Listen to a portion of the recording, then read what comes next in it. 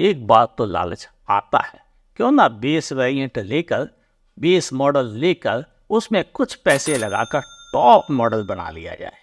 हाँ, ये लालच आता है, आना भी स्वाभाविक है। लेकिन क्या करना चाहिए? क्या बेस मॉडल या बेस वेरिएंट परचेज करना चाहिए, या हमें value for money variant purchase करना चाहिए, या आंख बंद करना चाहिए और सीधे पैसे लगाकर टॉप वेरिएंट खरीद लेना चाहिए? यही गुत्थी सुलझा रहा हूं इस वीडियो में। मैं हूं आपका होस्ट अमित और आप देख रहे हैं आस्क कार गुरु। यह प्रोपेगेंडा नहीं होता है, यहाँ सच सुनने को मिलता है, समझदारी की बात होती है और एक्सपीरियंस बोलता है। लाइक कीजिए, सब्सक्राइब भी करके रखिए, क्योंकि अच्छी बातें यही मिलेगी, वरना हवाई के लिए तो बहुत लोग बना लेते हैं। पहले समझते हैं क्या होता है बेस मॉडल। नॉर्मली कंपनीज अपनी कारों की कीमत की शुरुआत कम दिखाने के लिए कुछ ऐसे वेरिएंट लॉन्च करती है। हाँ, मॉडल को वेरिएंट कहते हैं। ऐसे वेरिएंट लॉन्च करती है जिनमें कुछ भी नहीं दिया जाता है, कंप्लीटली नेकेड होते हैं। बस कहने को जाता है मेरी कार तो 4 लाख से शुरू हो गई, मेरी कार तो 7 लाख से आती है, वैगन तो केवल 3 लाख से शुरू हो जाती है। ऐसा कहने की लालच में कंपनीज अपने एक वेरिएंट को तो जरूर लॉन्च करती है जो बहुत कम कीमत का होता है। उसे हम बेस मॉडल कह के, बेस वेरिएंट कहकर बुलाते हैं। फिर वैल्यू फॉर मनी वेरिएंट क्या होता है? वो वेरिएंट जिसमें काम के सभी फीचर्स मिल जाते हैं, जैसे रेडियो, टच स्क्रीन, कुछ इंस्ट्रूमेंट क्लस्टर, पावर विंडो के बटन्स, पुश स्टार्ट, ऐसी काम की चीजें मिल जाती हैं, मगर वह ना तो टॉप वेरिएंट होता है और ना ही बेस वेरिएंट होता है, काम का वेरिएंट होता है। उसे कहते हैं वैल्यू फॉर मनी वेरिएंट। इसे किनको खरीदना चाहिए ये भी बातें करेंगे। फिर टॉप वेरिएंट, अब जानते हैं, उसके बारे में कहने की कुछ भी जरूरत नहीं है।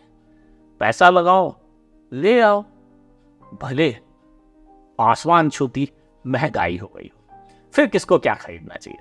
देखिए, अगर आपका बजट 7 लाख 8 लाख रुपए से ऊपर का नहीं है और आप बड़े पैसे जोड़ जोड़ कर कार खरीद रहे हैं, आप सर्विस सेंटर जाने का रिस्क उठा सकते हैं, मैकेनिक जाने का रिस्क भी उठा सकते हैं, और रोज रिपेयरिंग के जो झंझट होते हैं छोटे मोटे, उनको भी आप उठा सकते हैं। तो फिर आप बेस वेरिएंट लेके उसे ऊपर का वेरिएंट छोटा मोटा म्यूजिक सिस्टम लगा के काम चला सकते हैं। लेकिन 7-8 लाख रुपए का बजट है तो ही ऐसा करना घाटे का सौदा नहीं है। लेकिन फिर भी मैं कहूंगा कि समझदार इंसान वो होता है जो रिस्क ना ले, क्योंकि बाहर से लगे म्यूजिक सिस्टम से कभी चिंगारी उठती और आग लगी तो इंश्योरेंस भी पैसा नहीं देगा। हाँ, और जान चली गई तो भगवान न करे ऐसा कभी किसी के भी साथ हुआ है। कई लोग पछताए हैं, उन्हें इंश्योरेंस तक का पैसा नहीं मिला है, सिर्फ इसी लालच में कि उन्होंने उसमें कुछ एक्सेसरीज फिट करवा रखी थी। क्योंकि इंश्योरेंस कंपनी कुछ नहीं सुनती, कोई फर्क नहीं पड़ता उनके ऊपर कि आपने डीलर पे जाकर लगवा लिया था, जिसे कुछ लोग कहते कंपनी से लगवा लिया। वो कंपनी नहीं होती। जैसे मारुति की कंपनी गुड़गांव में एक फैक्ट्री है, उसकी दूसरी फैक्ट्री गुजरात में है, तीसरी मानेसर में है, तो फैक्ट्री में जाके नहीं फिट हुआ है वो डीलर क्या फिट हुआ, दुकानदार क्या है यहाँ फिट हुआ है। इसलिए उस पर वारंटी ऑल इंडिया में नहीं मिलती है। वो डीलर भले दे दे, लेकिन ऑल इंडिया वारंटी नहीं मिलती है। इस बात पे गौर करना।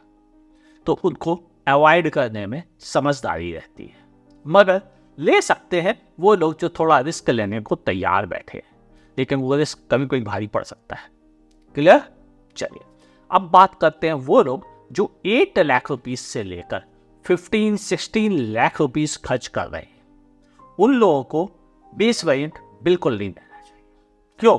क्योंकि वो बेस को टॉप बना तो लेंगे, वारंटी जाएगी, इंश्योरेंस जाएगा, इसके अलावा कार के रजिस्ट्रेशन पेपर में वो बेस वेरिएंट ही लिखा होगा, वहाँ टॉप वेरिएंट नहीं लिखा होगा। और जब कभी खुदा ना खास्ता कोई प्रॉब्लम आ गई, एक्सीडेंट से लेकर आग लगने की, वो नहीं मिलेगा। और कहीं इंजन खराब हो गया तो वारंटी भी नहीं मिलेगी ऑल इंडिया बेसिस पर। फिर आपका परेशान होना, नुकसान में आना सकता है, और ऐसा लगभग 35 से 40% लोगों के साथ होता है। इंजन, गियर बॉक्स, क्लच, ये 3-4 चीजें महंगी होती हैं। इनमें अक्सर प्रॉब्लम आ सकती है 3 साल के भीतर, फिर घाटा बहुत ज़्यादा हो जाता है क्योंकि वारंटी नहीं मिलती है। ऐसे लोगों को खरीदना चाहिए वैल्यू फॉर मनी वेरिएंट, क्योंकि उसमें म्यूजिक सिस्टम भी लगाया जाता है, थोड़े बहुत फीचर्स भी काम के मिल जाते हैं, पावर विंडो वगैरह जैसे बेसिक फीचर्स तो मिलते ही मिलते हैं। ऐसे लोगों को definitely value for money variant model को कंसीडर करना चाहिए। बेस मॉडल का लालच में नहीं आना चाहिए। ये लल्लू पन्नू नन्नू जो लोग लाजपत नगर इधर उधर बैठे हैं कार सिंगार, दूर रहिए। ये आपको फंसा के बेच रहे हैं। किसी भी तरह की फिल्म स्क्रीन वगैरह नहीं लगाइए, कहीं कोई लीगल नहीं है, सब झूठ बोल देते हैं। कोई कैरियर मत लगाइए, कोई मड गार्ड मत लगाइए। हाँ, ये गार्ड जो बम्पर्स के ऊपर लगते हैं मत लगाइए, ना आगे ना पीछे। वारंटी में दिक्कत आएगी, इंश्योरेंस में दिक्कत आएगी, 100% आएगी, क्योंकि फ़ोटो खिंच के जाती है आजकल, और आजकल तो वीडियो सबूत मांगे जाते हैं। और इवन सड़कों पे इतने सारे कैमरे लगे हैं, आपकी कार का 1 महीने पुराना फ़ोटो भी निकलवाया जा सकता है। ऐसे हालात में अवॉइड कीजिए इस तरह की एक्सरसाइज को। और वैल्यू फॉर मनी वेरिएंट ज़्यादा फायदे का सौदा है। और अगर आपके पास बेइंतहा पैसा है, कोई फ़र्क नहीं पड़ता कि आप 50 लाख खर्च कर रहे हैं या 2 करोड़ रुपए, फिर जाइए टॉप वेरिएंट खरीद लीजिए। क्योंकि जब आप पैसे दे ही रहे हो तो जहाँ 1 करोड़ वहाँ 1 करोड़ 15 लाख ले लीजिए टॉप वेरिएंट, ताकि आप तो कार वैसे भी वैल्यू स्टेटस के लिए ले रहे हैं, फिर टॉप वेरिएंट लेने में कोई बुराई नहीं है, क्योंकि सारे फीचर्स तो आपको मिलते हैं। मगर एक बात ध्यान रखिएगा, आज के दौर में 1 करोड़ से ऊपर आने वाली कारों में वेरिएंट ही नहीं होते।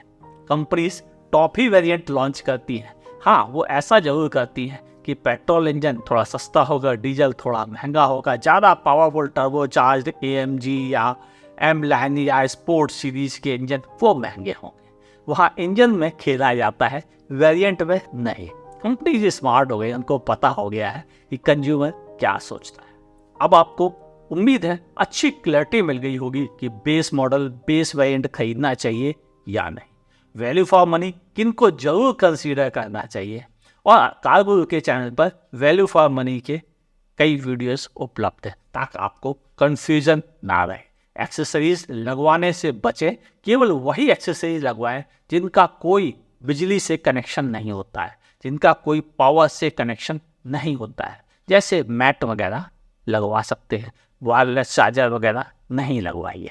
बेहतर रहेगा कि आप एक बाजार से 12 वोल्ट वाला जो आता है ना, USB पोर्ट वाला चार्जर, वो ले लीजिए। उस पर कोई वारंटी का प्रॉब्लम नहीं आती है। डैश कैम भी लगवा सकते हैं, बस उसको USB पोर्ट से कनेक्ट करना हो तो। और अगर पावर से डायरेक्ट कनेक्शन करवाएंगे तो उससे भी वारंटी चली जाती है। ऐसी एक्सेसरीज को अवॉइड कीजिए जो कि बिजली, पावर, बैटरी से डायरेक्ट इनडायरेक्ट कनेक्ट होती हो। उम्मीद है अब आपको एक अच्छी क्लैरिटी मिल गई होगी कि बेस वेरिएंट कहीं घुमा फिरा के कान उमेट कर ज़्यादा खर्च तो नहीं करवा रहा है। कहीं ऐसा ना हो कि आप टॉप वेरिएंट खरीद कर कुछ ज़्यादा ही पैसे हवा में उड़ा रहे हो। ऐसे हालात में वैल्यू फॉर मनी अधिकतर फायदे का सौदा होता है 15-20 लाख रुपए तक की कारों के लिए। और आज भी चाहे 8 लाख खर्च करे आदमी या उससे ज़्यादा खर्च करे, पैसे मेहनत से ही कमाए जाते हैं। इस इंफॉर्मेशन से फ़ायदा तो हुआ होगा, क्योंकि कार गुरु के चैनल पर कोई फालतू की बातें नहीं, फ़ायदे की बातें होती हैं कंज्यूमर के लिए। सब्सक्राइब किया या नहीं किया है, कर लीजिए, नोटिफिकेशन भी ऑन कर लीजिए।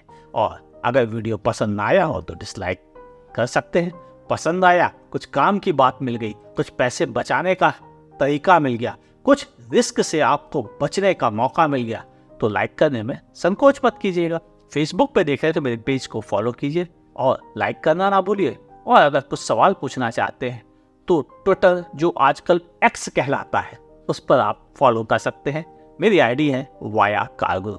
देखते रहिए आज कार गुरु को।